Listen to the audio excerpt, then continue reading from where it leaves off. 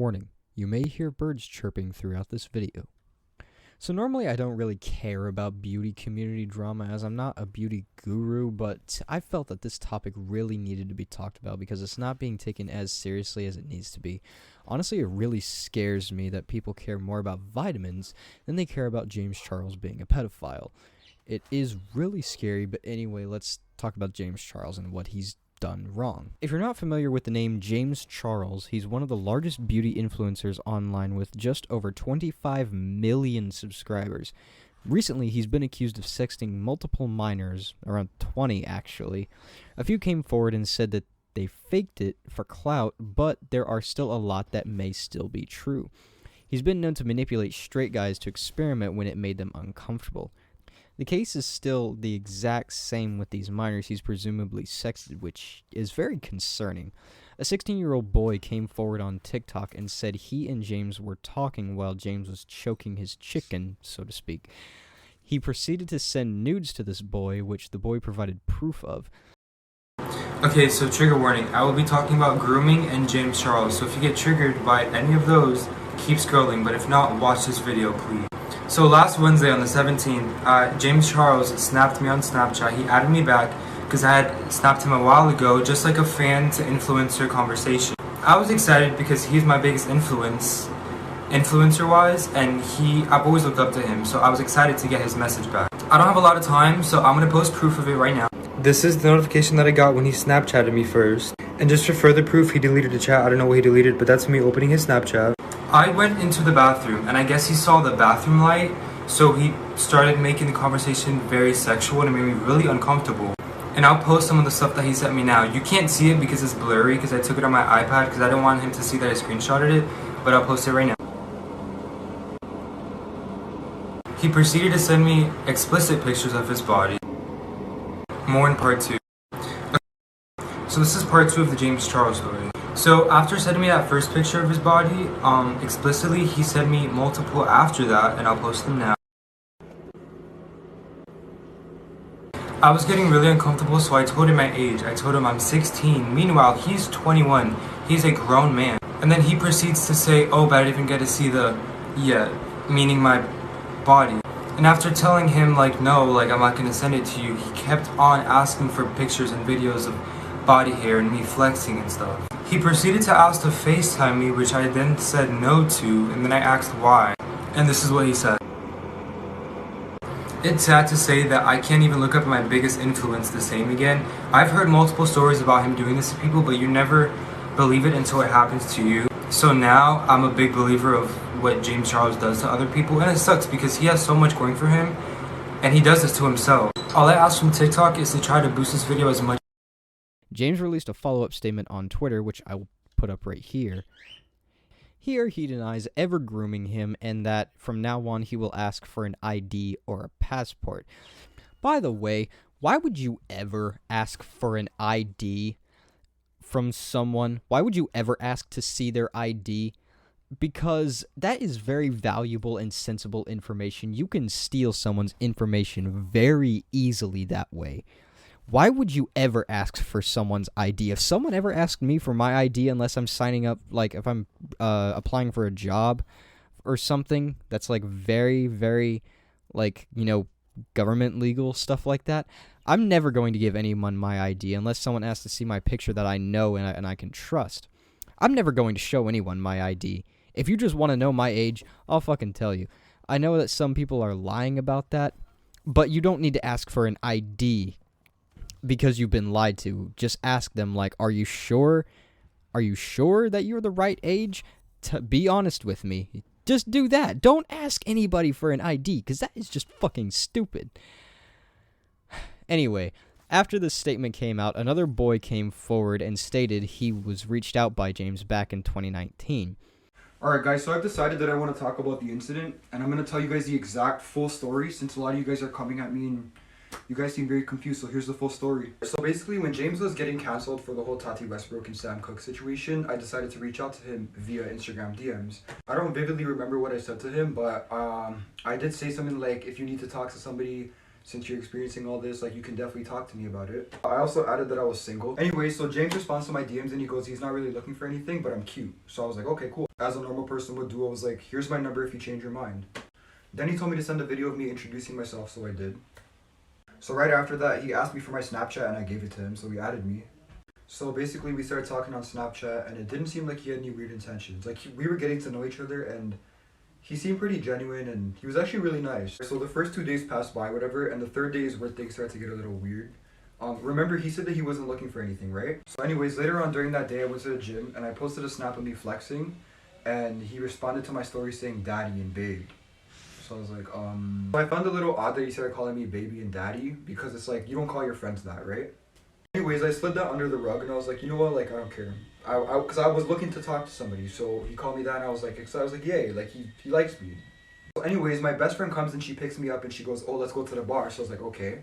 And if you ask her, she'll literally tell you I was glued to my phone the whole time. We're having some life conversations and my best friend was getting mad because she's like, oh, you're supposed to be spending time with me, not talking to James. So after my best friend got upset with me, she decided to drive me home. Anyways, my manager gives me a call and she tells me she wants me to come to work. So I go to work for like a few hours and I come home around 2:45 a.m.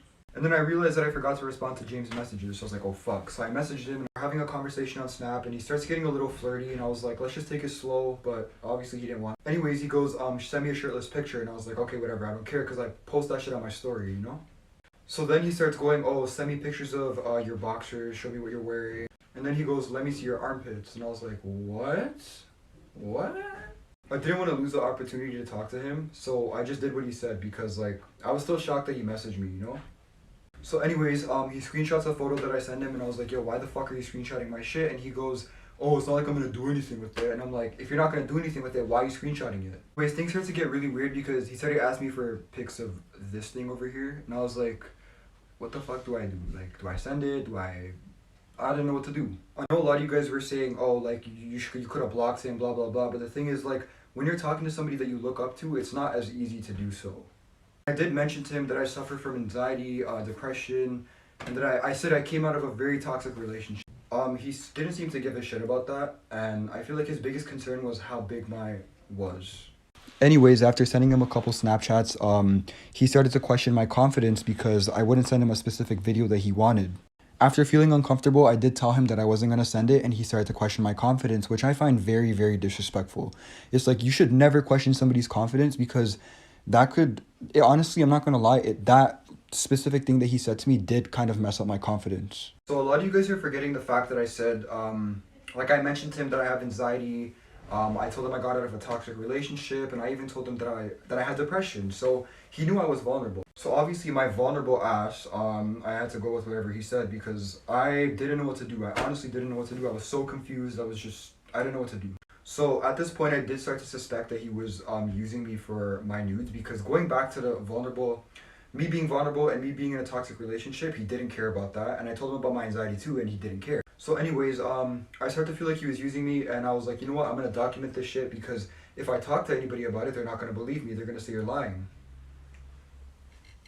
So for you guys that are saying I'm clout chasing, if I was clout chasing, I would have documented every conversation we had.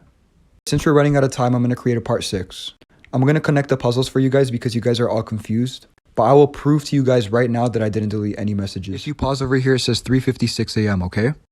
So anyways, I'm just sitting there and I'm just really, really anxious and scared. And then he decides to video call me. As you can see, just wait. See, he video calls me. So after our call ended, and as you can see on the top, it says 3:59 a.m.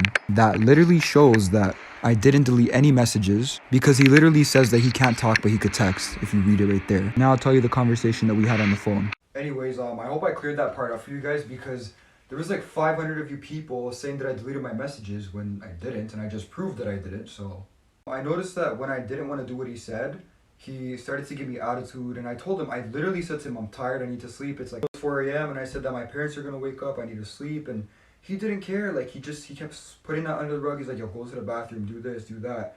And when I didn't do what he wanted to give me a whole lot of attitude because I didn't want to do what he wanted. Like, do you not have respect? So anyways, now I'm sitting there vulnerable and anxious, and I'm like, now I fucked up my chance with this person, and I felt like crap. Like, after telling him no and that I want to go to bed, he started to manipulate me, and he started to give me attitude, and he made me feel really bad. Anyways, I went to bed and I woke up the next day and I tried to message him and it said that he deleted me, so I felt used. Regardless of however long it took for me to come out with this story, it does not matter. I can speak about it 10 years down the road. That does not matter. The point is what he did was wrong. As you guys can see, he was giving me attitude for not sending him nudes. And then I woke up unfriended, which I found disrespectful. He even questioned my confidence, which was even more disrespectful because you never question somebody's confidence. After that, I sent him a long-ass paragraph on Instagram, and he told me I was overwhelming him when he overwhelmed me. After this, yet another boy came forward with receipts showing that James groomed him. More came out after this, but I'm not going to talk about all of them here for obvious reasons. There's too many to get into, and knowing James, there's a lot more, and this has happened to so many people on different occasions. I can't talk about all of them here for obvious reasons. What is interesting, though, is that he admitted to 2 of these accusations in a video titled "Holding Myself Accountable." In it, he stated that he was desperate and he took a break from social media. Well, no, actually, he didn't. He was still seen interacting on the likes of Twitter and Instagram, liking posts, and even posted something on his birthday. So he was never really away like he said he was. He just never posted. He later on released a 30-minute video called An Open Conversation, which made James look even worse. He attempted to defend himself and said there were no victims after admitting to 2 accounts in his previous video. He deleted his holding himself accountable video shortly after his open conversation video went up. It was a very bad look for James and put him in even hotter water. Just a couple days after this video was released, James posted a picture on his Instagram story saying he was getting ready to glam while watching a Purpled streamer video, whatever it was. Keep in mind, Purpled is a 17-year-old boy, and people started immediately calling James out for this, considering what he's been known to do in the past. And James responded to this by deleting the story and never commented on it. Purpled also hasn't commented on it, and he also stated that he is not going to. It made James look even worse, and it put himself in a deeper hole. Now, you might be asking, where do I stand on this? Since it's so divided, what's my take on it? Well, considering the evidence provided and how things look, I think James is guilty, 100%. The boys provided proof for their side of the story, while James basically just says, "Trust me," and denies these accusations and provides no evidence for his side of the story. So it looks very bad for James. It also really angers me that his fans or stans are still going to support him even after his despicable behavior. He needs to go to jail for this. Those boys deserve justice. And honestly, I'm sticking by H3 and Keemstar, and anybody who's not going to let this shit go to rest, we will not stop until James is put in jail. That is just my take on it, and now I guess that's the end of the video. If you guys want to, if you guys would like more updates on this in the future, I can make more updates on this subject because I do feel strongly about this topic. I am kind of passionate about it because it's just a disgusting thing that this guy is doing, and he needs to be held accountable because he didn't do it himself. So anyway, thank you guys so much for watching. If you enjoyed, be sure to leave a like and do subscribe for more content like this and other kinds of content that you can find on my page, and I'm going to be posting more in the future, so look out for that. And yeah, I will see you guys in the next one. See ya.